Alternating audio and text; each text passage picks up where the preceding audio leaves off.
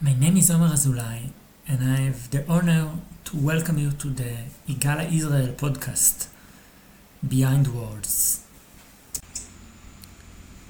We are in chapter 4, and we're gonna continue the conversation with Rob Pilskin, but we're gonna dive in a little bit deeper to a place that was very spirit related.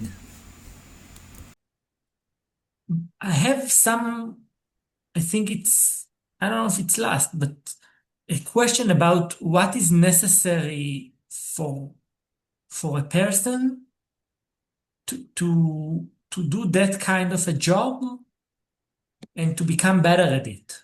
Like, what is the characters? What is the culture? Like, Mm, what made a good facilitator in Igala model or mm, in working with horses at all? mm. Well, I think like the three basic parts of our experience that we've been, I've been mentioning mostly is our mind, body, and heart, right? And I mean, we haven't started talking about spirit yet, but we could talk about spirit too. I would love it. And so the some of that is pretty straightforward, what it translates to on the ground that I think anybody who wants to be a facilitator needs to do. And so part of that is training, right? You become open as a learner, you know. You don't just learn to start a business. You don't just, you don't just learn to get your certificate. You know, you learn as a learner because when the makers of the training, you know, when the original Igala model was created, you know, it was not just a mental thing. It was not just a set of directions, like that you put together something with tools. It's like, sure, you get tools, but it's much deeper than that, right? That's why we have horse time in the trainings. But one example of why I know that's true is because the original model was started on Gestalt principles. A lot, to me anyway, a lot of Gestalt is about shared experience, right? It's a it's about what happens at the point of contact between two people, two entities, whatever. And what goes into that experience? It's the experience of the two entities, in this case, the people. And so it's much richer than just uh, learning something so that you can do the step by step, and complete the instructions, etc.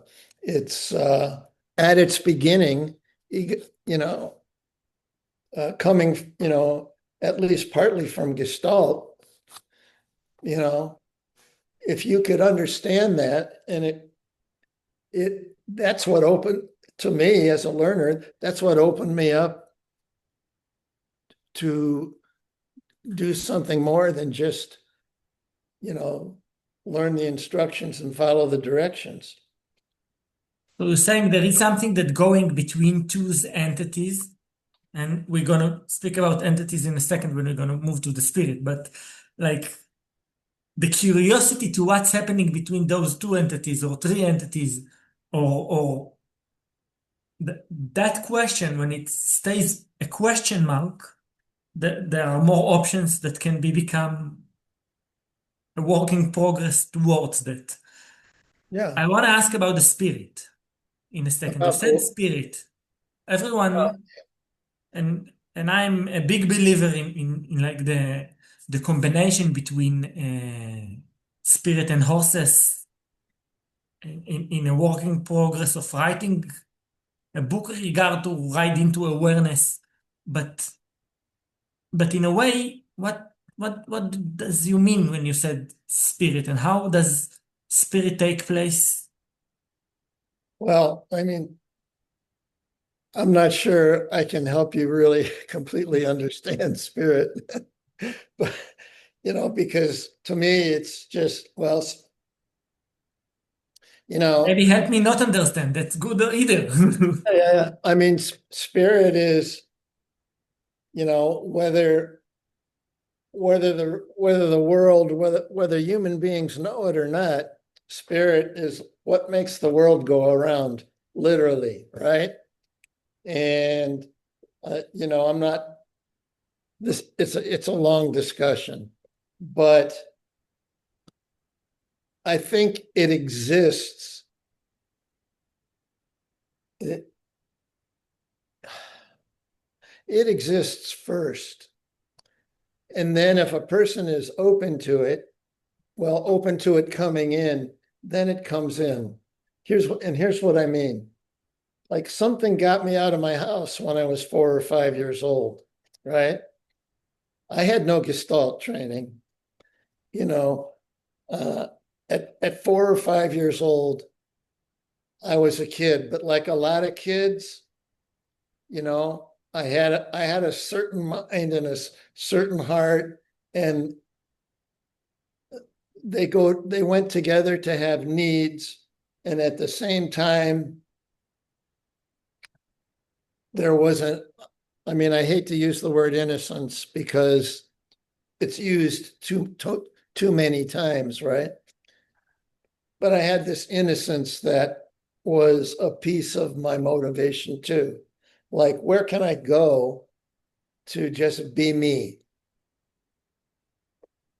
And I think that put me in, being able to do that put me in a flow of how spirit flows, And where did I end up? I ended up in some high grass next to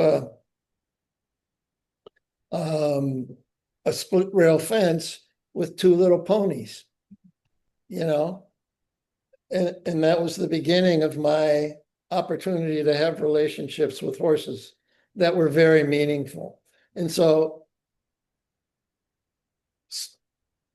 spirit lived in there, like, I mean, the closest thing I can think of in what we've been talking about is it's the heart. It's spirit lives in the heart. And I know, for example, in Jewish learning, there are different parts of the soul, like you have neshama, and you have other parts that the wisdom keepers have named and say they live in certain ways in our body and in our mind and in our heart, and what those are. And I don't know a lot about that. All I know is that when I'm open to an experience, and that means my mind is open, my consciousness, my awareness, my energy, literally my energy to stay awake and everything else is open, then I don't know. I just think spirit comes in. And the best example I can give is that appointment we had with the Marine that came in saying what she said, and just being able to be there in the moment. I mean, I think that's a part of it too, is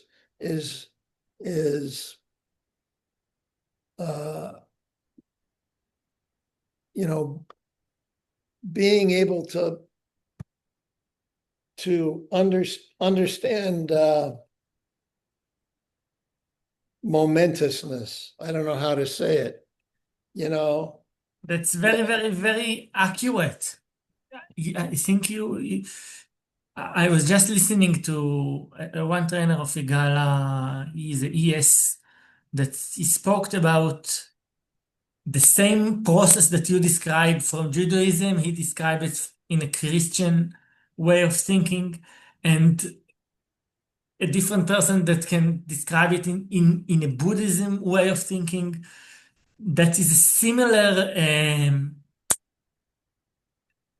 sometimes a different belief, but a similar process is Yeah, being humble enough to believe in something that is higher than us. If we will mention the 12 step, a higher force. It doesn't yeah, matter what it is. It could be your subconscious mind, but yes. something that is higher than you. And then to grab the knowledge or the power or the motivation from that higher source, and to set the Excellent. intention correctly, and to go out of the way, and then to be able to reflect on that, and to have a will to become better This while is doing that. That's, this is I think it's a lot. yeah, no, that's I couldn't have described it the way that you did. That's the best way I've heard that I can remember. And how does it come into Igala? You know, I mean, first of all, you used that word humble, right? Humility. So in our trainings, the regular words that we use are you don't know the answers, right? You can't interpret what is going on in the arena between the clients and the horses, right? That's why we use clean language. And so that's the kind of nuts and bolts, the way that you learn. But really what we're talking about is the humility to allow the bigger experience of spirit to come into the arena, you know? And the nice thing is that's a life lesson too. I mean, think of you may have heard the Serenity. Yes, the Serenity Prayer is awesome. Serenity Prayer is used in many 12-step programs as a basis for prayer and understanding spirit. It's like and understanding our own humility.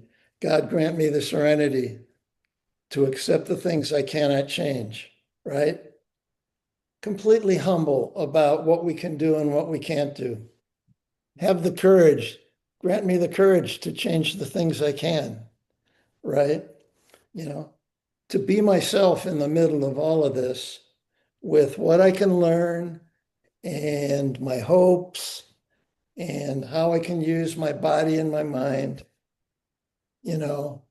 and grant me the wisdom to know the difference between what I can do and what I can't do. And that, and then live with that, like live with that every moment. It's momentous, I ask in my basic, in the fundamental, I ask Nikki how to become humble, and she said, hours with people and horses in that kind of a job will humble you. Every time you're gonna come not humble, they will humble you. That is the process. Like be with kind of trust the process and trust the horses. So I think they are the best teacher to that serenity prayer that ever existed. Yes. Yeah. Yeah. I mean, just me in an arena Me standing in an arena with no horses, no teammates, no clients. What am I? I'm nothing. Well, the only thing I can change is myself. And, you know, the power is not all mine. And we get to experience that when the horses come in, my teammate comes in, and the clients come in. It's like, that's that shared experience, you know, the way that it's open to what can happen and the way that we allow it, I guess, to happen without thinking it's, up to up to us. That's I think that's really our role, and then when we need to apply our specific experience as a mental health professional or an equine specialist, then we apply it. I want to go back to how to allowance because I think for me, and even if we are going along and not all of it will be part of the recording, like how to allow something like that, how to allow that flow. I think you have to have you either have to, learn on a level where your conscious understanding is going to make a difference to you and a difference to the way that you live. Okay. Or you put yourself in the way of experiences that are going to teach you, right? And many times in places where the wisdom keepers, like monks, or I don't know who, monks, rabbis, uh, pastors, whoever they are, or, decent ranchers, decent horsemen, decent sailors. It doesn't matter. You know,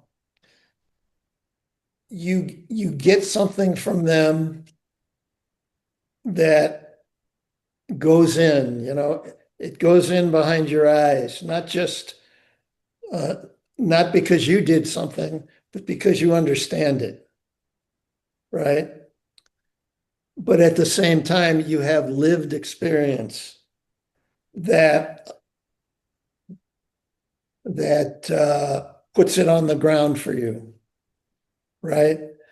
And I think I think it's both of those things that are going to give you the fullest opportunity.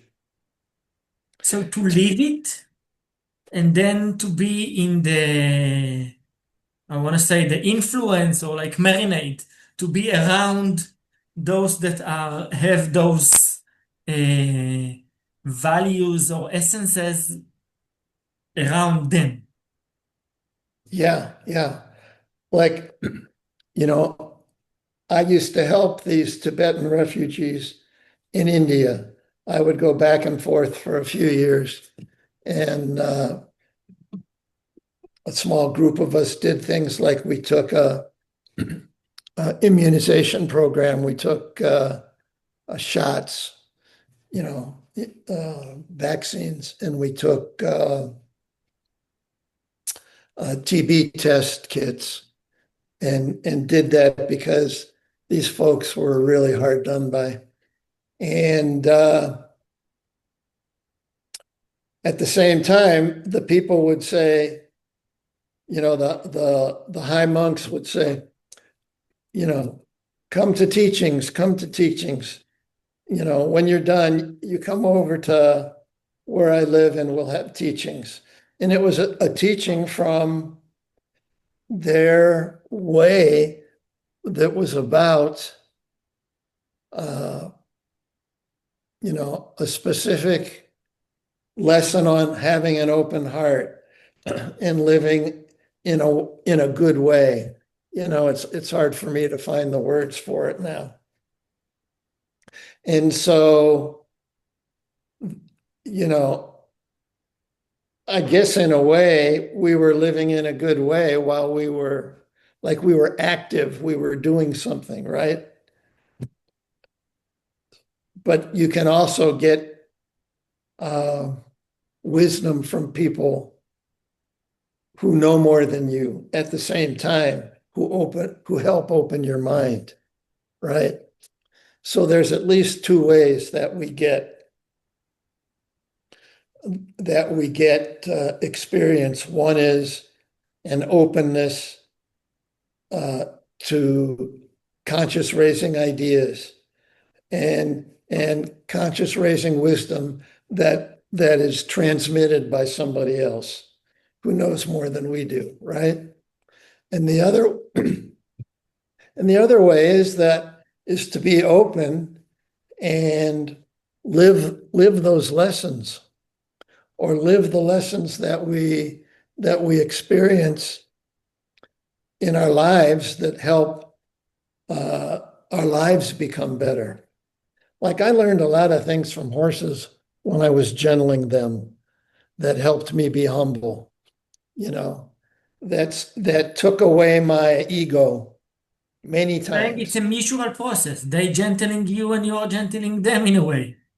Mea chus, that's exactly right. And just as a little aside here, that's why I wish, I think it would be great to be able to uh, maybe not necessarily take wild Mustangs, but take horses that could use gentling and be involved in helping people learn how to do that with you so that they can become gentled at the same time. You're right. So But you're saying it's a parallel process in a way.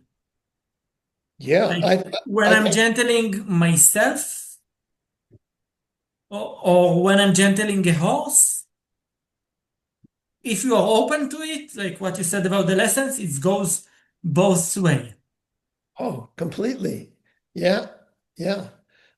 I mean, you asked me, how did I get into Igala?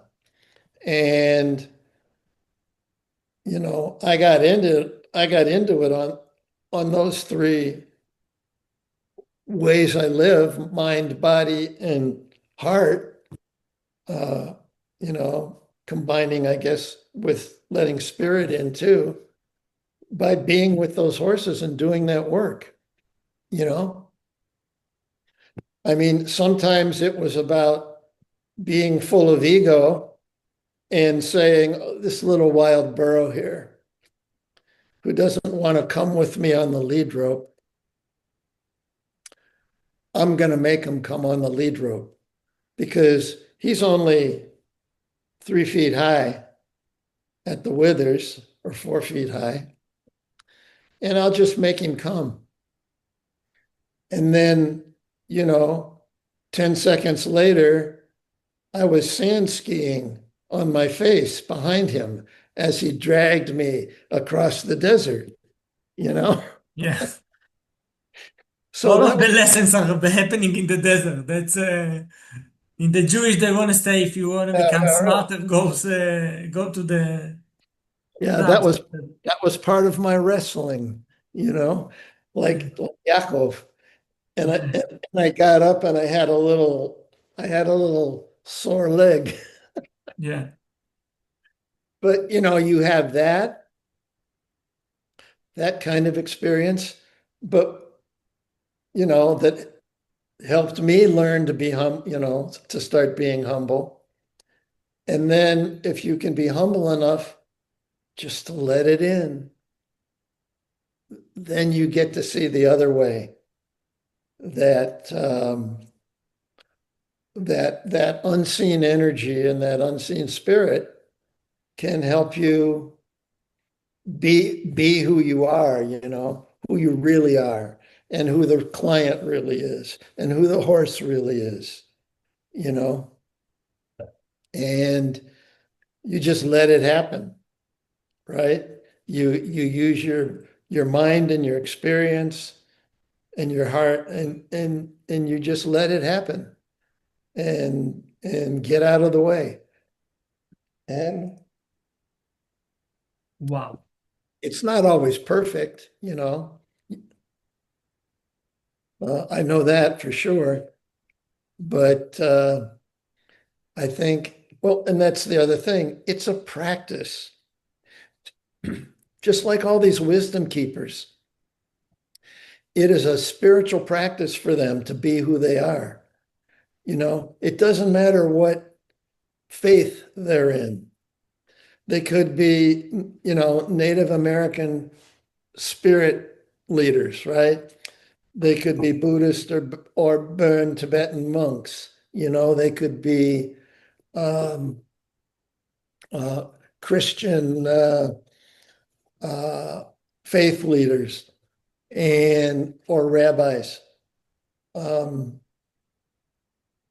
and they didn't just get that from rabbi school, or wherever. They it to be an open and a giving uh, person who can then practice, right? That's the other thing, you know. And I don't just mean exercise or homework. I mean, or like, an athlete, an athlete who practices. I mean, sure, you do some of that, but at the same time, you try to make your life a practice too. To be a student for life and a student and Yeah. a spiritual student of the horses for life, I think that's a very, very high note to finish in or to start with, because I think that's one thing that makes the difference between the natural, but really natural, come from inside, the flow experience with horses, the flow experience in therapy, the flow experience in facilitation. That's and the horses are really, really, really good spiritual teachers to that. Yeah, you bet. Thank you very much for the time and for the willingness and for the honest intention. And I think there is a lot of stuff that people can take from that conversation. So Yeah. thank you. Yeah, you're welcome.